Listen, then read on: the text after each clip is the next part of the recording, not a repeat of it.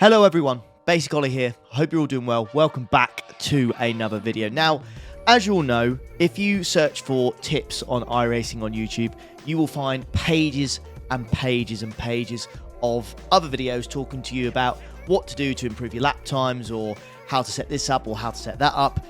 There are thousands of videos out there, but what I didn't see is a video on little tips about stuff you may not know about, the little things that I get asked about all the time on stream. So what I've done, I've decided to make a video, this video specifically, on 6 tips that I think most people don't know about, and fingers crossed, by watching this video, you'll go, I didn't know about that specific tip, that might actually help me out. So, without further ado, let's crack on with the video, and these are 6 things on iRacing that you may not know about, tips-wise, that you might actually find interesting and might actually help you. Okay then, so for tip number 1 then, we're in a practice session, a VRS sprint here at Interlagos, and as you can see, as we click on the results, there's actually quite a few cars here. So when we click on the practice session here, you can see there's quite a few cars on track. But what if you want to join the official practice session, but it's rather busy and you just want to do some laps by yourself? You don't want to be in the way of anyone, or you don't want to be slowing anyone down, or you just want to be cracking on and doing your own stint and not worrying about, coming in contact with any other cars. Well, quite simply, you can stay in the practice session that you're in. All you need to do, if I can actually jump out the car here, is basically jump out the car, click on entries, and then click on My GRP. Now, these are like separate sessions as such within the session. So, as you can see, number 1 is absolutely full, and number 2's got 19 in it. Let's just say, for example, we'll go on number 7. Click on number 7 there, and then as soon as we click on practice again, voila, nobody is in here. You can see on the relative, well, you can't quite see the relative because my face actually covers it annoyingly, but there is absolutely nobody here. It's completely free track. You can drive around, do as you please. Your times will still count towards the session statistics as such, but you can just crack on and do your own thing.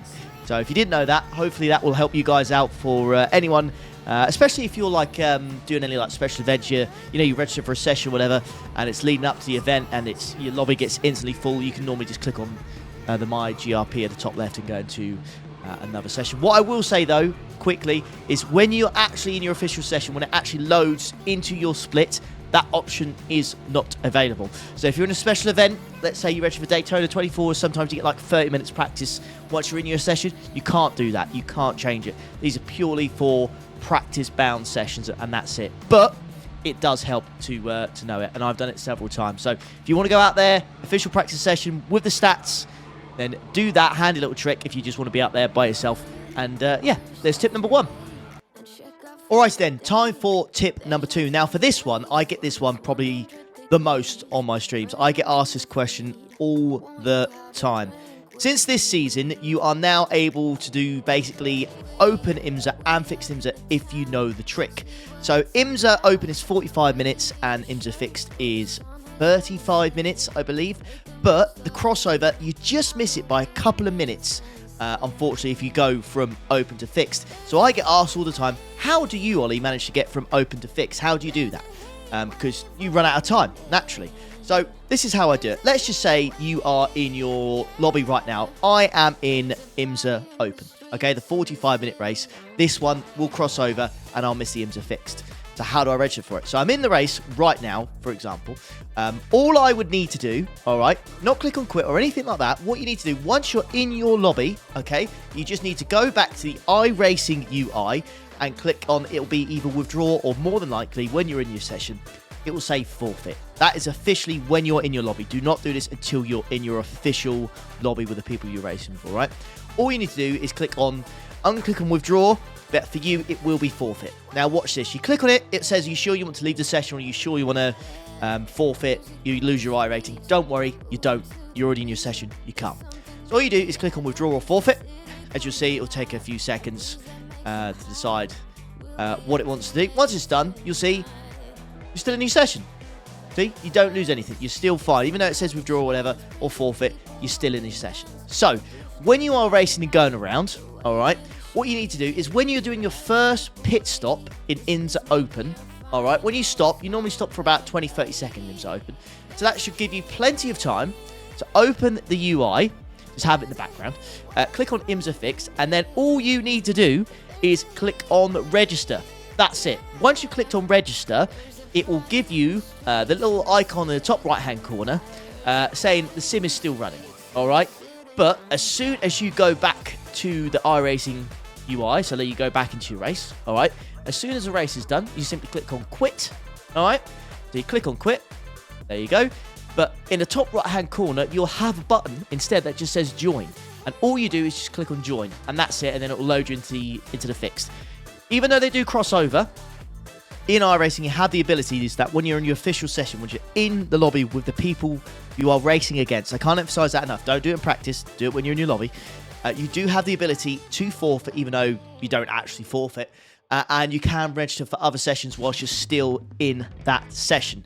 Now, do be careful, though, because depending on the track that IMSA's open, let's say because last week was the Le Mans, you may only get one qualifying lap in when you jump straight over to fixed. But it is a way of joining multiple sessions, all right? So please do remember that tip. You can do it. So all you have to do is click on forfeit, stay in the sim, and then as soon as you go into your pit box, make sure the UI is open somewhere on your screen or other screens or whatnot, and then just click on register, and that's it. You're done. All right? Make sure you pick your car, of course, but there you go. That is tip number 2, how to join multiple sessions on iRacing. All right then, tip number 3 is something that, again, I do get asked quite often about on stream, and that is how on earth I manage to watch the crashes, just the crashes specifically, in the replay when I go back and watch a race I've just participated in. So all you need to do here is load your replay file. You can actually do this when it's live as well. Now, if you look at the screen, there's actually nowhere to click to say, you know, I just want to watch crashes. It's not obvious at all. It doesn't poke out or anything. You can't see it, all right? So totally understand if people don't actually see where this option is. It should be better seen, to be honest with you. So all you need to do is click on your helmet, all right? And then you get a huge list of all the drivers. But if you actually scroll to the top, you actually get focus on crashes, leaders, and most exciting. So if you just want to focus on crashes, just click on focus on crashes there, press the play button, and the UI will automatically jump to the car that they think is going to be involved in accident. So if there's a bit of close racing and whatnot, the UI, or the iRacing, sorry, will jump straight to that car that I think is going to be accident. If there's any sort of contact, it should then jump to that car that's had a bit of contact. So theoretically, you should be able to do this and just have a bit of a laugh, really, to be honest with you, because sometimes it's quite funny looking back if you've, you know, been in a race or whatever, and there's been 3 or 4 people that have got really, really angry on the radio as such. You can go back and there you go, see, you can figure out why. So let's say Thomas got really angry at the start of the race and you don't know why and you can't check it until after the race. Just go back to the start of the race, click on focus on crashes, and yeah, bang, that should be it. And it should, theoretically, if you fast forward it as well, it should do the same thing, but this looks like a rather clean lobby, so it's nothing.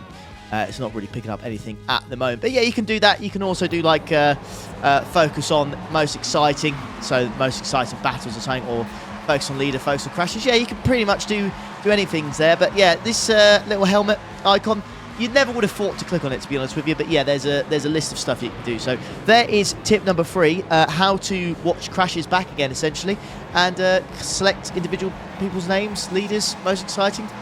Bada bing, bada boom. Hopefully, that might be something you guys didn't know about.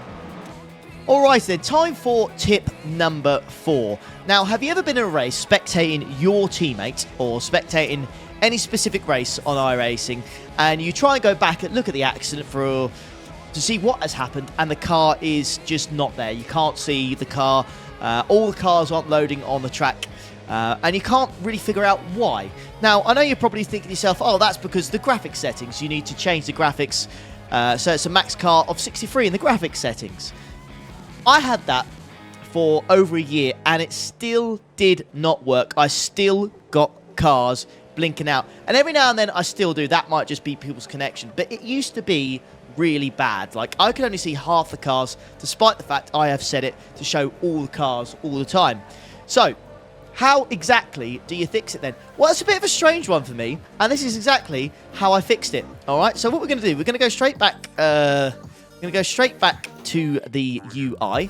All right, and what we're going to do is we are going to have a look into the account settings, and then what you're going to do is click on connection. And what you need to do is make sure that this connection type is basically set on the fastest that you can support. Normally it's just set on the default one, which is that one, which is really slow, and it just doesn't give you all the cars that you need if you've got fast enough internet. I think most people these days have at least got this speed. So as long as you set it to that, then that should solve the issue for you. It did for me, anyways. But yes, if you are having issues where cars are disappearing off the track, despite the fact that you've got it to show all the cars, change this setting, and I'm pretty sure it's going to solve a lot of your issues, and spectating should be a lot easier. Alrighty then, time for tip number 5. Now, this is a nice and quick and easy one. Although it may seem obvious, I don't think everyone knows this one.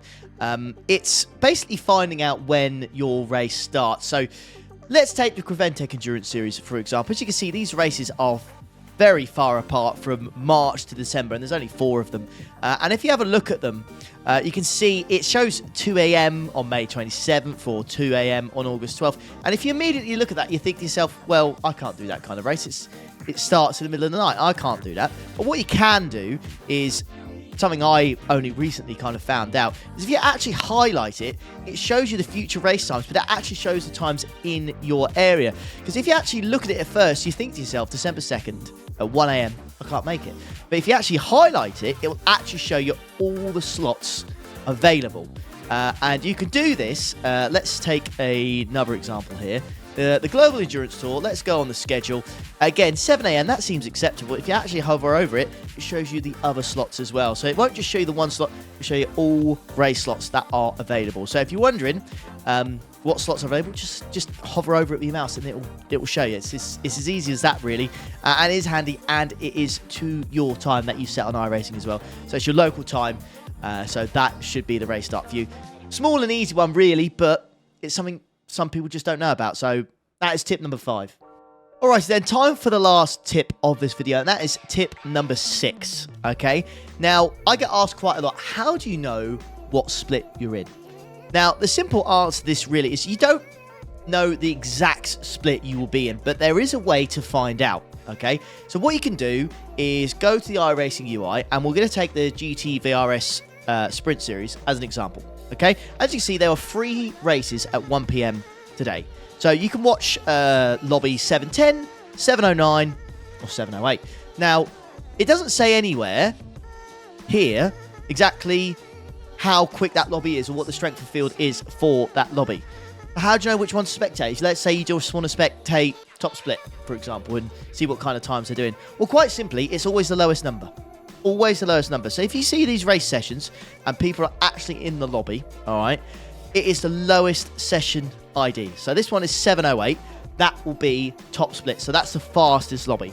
And then it goes in that direction to the slowest one. So 710 would be the slowest. So if you ever want to spectate the fastest split of any race session at all, just click on the lowest number. Just click on watch, and that will put you in the fastest lobby, or the lobby of your choice.